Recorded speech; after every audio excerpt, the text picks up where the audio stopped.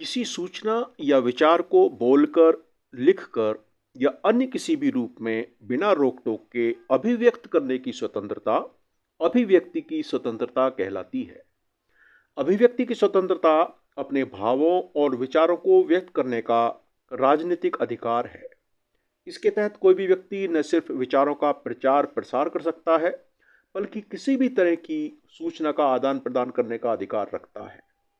भारतीय संविधान के अनुच्छेद 19(1) के तहत नागरिकों को अभिव्यक्ति की स्वतंत्रता दी गई है। अभिव्यक्ति की स्वतंत्रता अपने आप में पूर्ण स्वतंत्रता नहीं है। उसकी हमेशा कुछ न कुछ सीमा अवश्य होती है। कुछ विशेष परिस्थितियों में अभिव्यक्ति की स्वतंत्रता सीमित हो जाती है। जिन परिस्थितियों में फ्रीडम ऑफ एक्सप्रेशन यानी अभिव्यक्ति की स्वतंत्रता को प्रतिबंधित किया जा सकता है, सीमित किया जा सकता है, वो इस प्रकार है। नंबर 1, राष्ट्र की संप्रभुता और अखंडता पर खतरे की स्थिति आने पर। नंबर 2, राज्य की सुरक्षा से जुड़ी परिस्थितियों में। नंबर 3, विदेशी राज्यों के साथ संबंधों के मामले में। नंबर 4, सार्वजनिक व्यवस्था के सुचारू संचालन के लिए। नंबर 5, शिष्टाचार सदाचार के मामले में। नंबर 6, न्यायालय की अवमानना होने पर। नंबर 7, मानहानि से जुड़े मामलों में। और नंबर 8, अपराध को उकसाने की स्थिति पाए जाने पर। ऐसी परिस्थितियों में अभिव्यक्ति की स्वतंत्रता को सीमित किया जा सकता है। अभिव्यक्ति की स्वतंत्रता का महत्व, इंपॉर्टेंस, तो ये कई प्रकार से महत्वपूर्ण है। नंबर 1, लोकतांत्रिक प्रक्रिया को सुचारू रूप से चलाने के लिए बोलने की स्वतंत्रता और अभिव्यक्ति की आजादी बहुत जरूरी है। अभिव्यक्ति की स्वतंत्रता को आजादी की पहली शर्त माना जाता है। सामाजिक, राजनीतिक और आर्थिक मुद्दों पर लोगों की राय बनाने के लिए बोलने की स्वतंत्रता और अभिव्यक्ति की आजादी महत्वपूर्ण है। यदि किसी समाज में व्यक्ति के बोलने की आजादी बनी रहती है, तो इसका अर्थ यह है कि व्यक्ति के बाकी के अधिकार भी बने रहते हैं। यदि व्यक्ति अभिव्यक्ति के लिए स्वतंत्र है, तो इसका अर्थ है कि वह समानता की बात कर सकता है, स्वतंत्रता की बात कर सकता है, शोषण के विरुद्ध आवाज उठा सकता है और अपनी धार्मिक स्वतंत्रता सुनिश्चित कर सकता है। अगर व्यक्ति को बोलने की आजादी नहीं होगी, तो फिर व्यक्ति के बाकी मूल अधिकारों पर भी कुठाराघात होने की पूरी आशंका बन जाती है। इसलिए अभिव्यक्ति या बोलने की आजादी सभी आजादियों में सबसे महत्वपूर्ण है। अब बात फ्रीडम ऑफ प्रेस की। भारतीय संविधान में प्रेस की स्वतंत्रता का कोई सीधा उल्लेख नहीं किया गया है। जी हां, संविधान में प्रेस की स्वतंत्रता का सीधा उल्लेख नहीं है, लेकिन संविधान के भाग 3 में जो मौलिक अधिकार दिए गए हैं, उसमें अनुच्छेद 19 में स्वतंत्रता के अधिकार की बात कही गई है।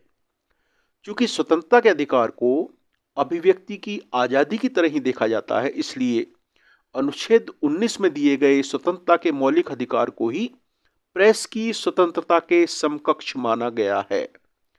न्यायालयों ने समय समय पर इस बात की पुष्टि की है कि प्रेस की स्वतंत्रता और जो स्वतंत्रता का मौलिक अधिकार है, जो बोलने की आजादी है, वो इक्वल है। इसीलिए अभिव्यक्ति की स्वतंत्रता के समकक्ष होने के कारण प्रेस की स्वतंत्रता भी एक मौलिक अधिकार है।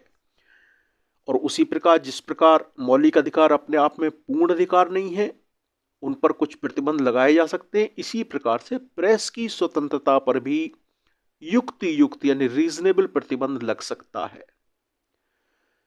चूंकि भारतीय संविधान में प्रेस की स्वतंत्रता का प्रत्यक्ष उल्लेख नहीं है, इसलिए समय समय पर पत्रकारिता के अंदर और बाहर यह मांग की गई है कि संविधान में स्पष्ट रूप से प्रेस की स्वतंत्रता का उल्लेख हो, ताकि सरकार आसानी से प्रेस की स्वतंत्रता को छीन न सके। दरअसल अमेरिका के संविधान में नागरिकों के लिए बोलने की आजादी और प्रेस की स्वतंत्रता का शब्दों का इस्तेमाल हुआ है, लेकिन भारतीय संविधान में बोलने की आजादी के साथ अभिव्यक्ति की स्वतंत्रता जैसे शब्दों का इस्तेमाल हुआ है, यानी यह फ्रीडम ऑफ प्रेस का इस्तेमाल नहीं हुआ है। तो ये एक मुद्दा आजादी के बाद रहा कि भारतीय संविधान में प्रेस की स्वतंत्रता शब्द के रूप में आ जाए, लेकिन ऐसा नहीं हो सका। लेकिन फिर भी अदालतों ने अपने फैसले में कहा कि जो अभिव्यक्ति की स्वतंत्रता है वो प्रेस की स्वतंत्रता के समकक्ष है, दोनों आपस में इक्वल हैं। अब सवाल है कि फ्रीडम ऑफ प्रेस या फ्रीडम ऑफ एक्सप्रेशन के तहत प्रेस को यानी मीडिया को क्या क्या अधिकार दिए गए हैं। ये अधिकार सर्वोच्च न्यायालय ने समय समय पर संविधान के प्रावधानों को स्पष्ट करते हुए तय किए हैं। तो मीडिया के जो अधिकार हैं फ्रीडम ऑफ एक्सप्रेशन के तहत, उसमें पहला है सार्वजनिक रूप से बहस, चर्चा, परिचर्चा करने का अधिकार। दूसरा, कोई पत्र पत्रिका के प्रकाशन और मुद्रण का अधिकार। तीसरा, किसी भी विचार या वैचारिक मत के मुद्रण और प्रकाशन का अधिकार। चौथा, किसी भी सोर्स से जनहित की सूचना और तथ्यों को एकत्रित करने का अधिकार। सरकारी विभागों, सरकारी उपक्रमों, सरकारी प्राधिकरणों और लोक सेवकों के कार्यों और कार्यशैली की समीक्षा करने और उनकी आलोचना करने का अधिकार भी है। प्रकाशन या प्रकाशन सामग्री का अधिकार है, यानी कौन सी खबर प्रकाशित करनी है, प्रसारित करनी है, कौन सी नहीं करनी है, इसका भी पूरा अधिकार है। मीडिया माध्यम जो है उसका मूल्य तय करने का, उसका प्रचार करने की नीति बनाने का अधिकार भी मीडिया के पास है। यदि किसी टैक्स से मीडिया के प्रसार पर विपरीत प्रभाव पड़ता है तो उस कर से मुक्ति का अधिकार भी मीडिया को है। जो कर अन्य क्षेत्रों पर लगा है वह तो प्रेस पर लग सकता है, लेकिन ऐसा कोई टैक्स नहीं होना चाहिए जिसका उद्देश्य ही प्रेस पर इतना बोझ डाल देना हो कि नए पत्र पत्रिकाएं या चैनल शुरू ही ना हो पाए। पत्रकारों और अन्य कर्मचारियों के बाहरी नियंत्रण के बिना चयन करने का अधिकार, यानी अपने कर्मचारी मीडिया खुद चुन सकता है। किसी भी प्रकार के विज्ञापन को छापने से इंकार करने का अधिकार भी है मीडिया को, और इसमें सरकारी विज्ञापन भी शामिल है।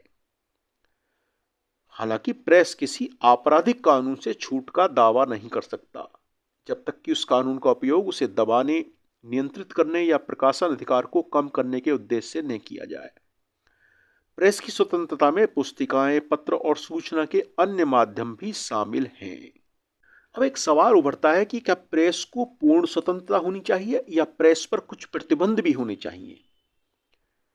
तो इसके उत्तर में यह कहा जा सकता है कि प्रेस या मीडिया के मामले में यदि सरकार को पूर्ण प्रतिबंध की छूट दे दी जाए तो सरकार जरा सी आलोचना पर प्रेस का मुंह बंद कर सकती है। इसी के साथ यदि प्रेस को बिल्कुल स्वतंत्र छोड़ दिया जाए तो भी गलत है, उससे सार्वजनिक व्यवस्था भंग हो सकती है, अराजकता फैल सकती है। इसलिए न तो प्रेस या मीडिया पर पूर्ण प्रतिबंध उचित है और न ही मीडिया को खुली छूट दिया जाना उचित है। दोनों में संतुलन जरूरी है। अब सवाल है कि संतुलन कैसा हो। इसका निर्णय न तो सरकार ही कर सकती है और न ही मीडिया। यह काम तो कोई तीसरा पक्ष ही कर सकता है, और वो तीसरा पक्ष है न्यायालय। संविधान में भी प्रेस की स्वतंत्रता को मौलिक अधिकार के समकक्ष माना गया है, लेकिन इसी के साथ संविधान में कहा गया है कि मौलिक अधिकारों के मामले में कुछ विशेष परिस्थितियों में रीजनेबल प्रतिबंध लगाए जा सकते हैं। लेकिन संविधान में ये जो शब्द है रीजनेबल यानी युक्ति युक्त, इसकी परिभाषा नहीं दी गई है। रीजनेबल की व्याख्या करने का फैसला अदालतों पर छोड़ दिया गया है।